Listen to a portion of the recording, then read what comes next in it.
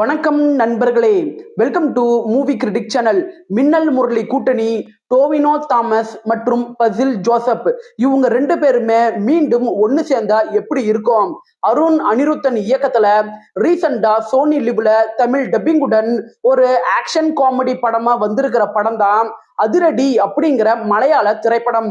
இந்த படம் எப்படி இருக்கு? வாங்க ரிவ்யூக்குள்ள போலாம். கதை அப்படின்னு பார்த்தா, ஒரு காலேஜ்ல ஏற்பட்ட அசம்பாவிதத்தால அந்த காலேஜ்ல நடக்க இருந்த ஆரோஹன் அப்படிங்கிற ஒரு காலேஜ் ஃபெஸ்டிவல் தடை செய்யப்படுது.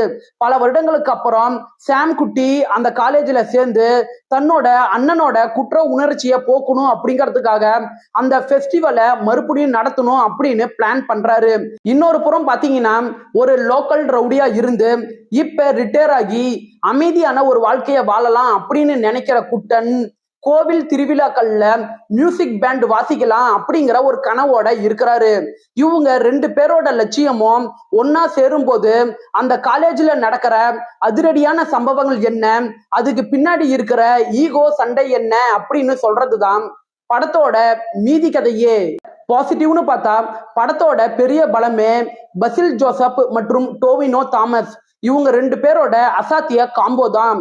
படத்துல பசில் ஜோசப் வழக்கமான யதார்த்தமான காமெடி மூலமாகவும், டோவினோ தாமஸ் புதுவிதமான காமிக் மாஸ் ஷேட்லயும் வந்து நடிப்புல மிரட்டி விட்டுருப்பாங்க.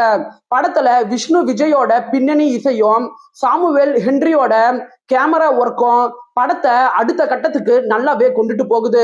படத்தோட செகண்ட் ஹாஃப்குள்ள நீங்க வந்ததுக்கு அப்புறம் வர அந்த 2 நிமிஷ கேமியோ ஒர்க் படத்துல நல்ல கைத்தட்டலை பெறுது. படத்துல கேம்பஸ் நாஸ்டால்ஜியா, ஜென்சி மீம் கலாச்சாரத்தை டைரக்டர் அருண் திரையில கையாண்ட விதம் நல்லாவே இருக்கு.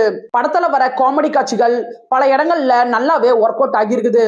குறைகள் அப்படின்னு பாத்தீங்கன்னா, இந்த படத்தோட கதையில ட்விஸ்டான காட்சிகள் அப்படின்ட்டு பெருசா எதுவுமே இல்லாம வழக்கமான ஈகோ மற்றும் கேம்பஸ் சண்டை மூலமா தான் இந்த படமே மூவ் ஆகுது. படத்துல வர ஃபீமேல் லீடு கதாபாத்திரங்களுக்கு இன்னுமே நல்லா முக்கியத்துவம் கொடுத்திருக்கலாம்.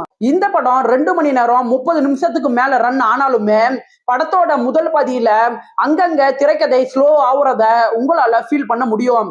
ஓவராலா இந்த அதிரடி படம் உங்க டைமுக்கு ஒர்த்தான ஒரு சூப்பரான படம் தான் இந்த படம். 10க்கு 7 ரேட்டிங் கொடுக்கலாம். விருப்பப்படுறவங்க பாருங்க, தமிழ் டப்பிங்லயே இருக்கு. என்னோட ரிவ்யூ உங்களுக்கு பிடிச்சதுன்னா மறக்காம லைக் பண்ணி சப்ஸ்கிரைப் பண்ணுங்க. வேற ஏதாவது படத்தோட ரிவ்யூ வேணும்னா அந்த படத்தோட பெயரை கமெண்ட்ல பதிவிடுங்க. நாம வேற ஒரு வீடியோல சந்திக்கலாம். அது வரைக்கும் நன்றி, வணக்கம்.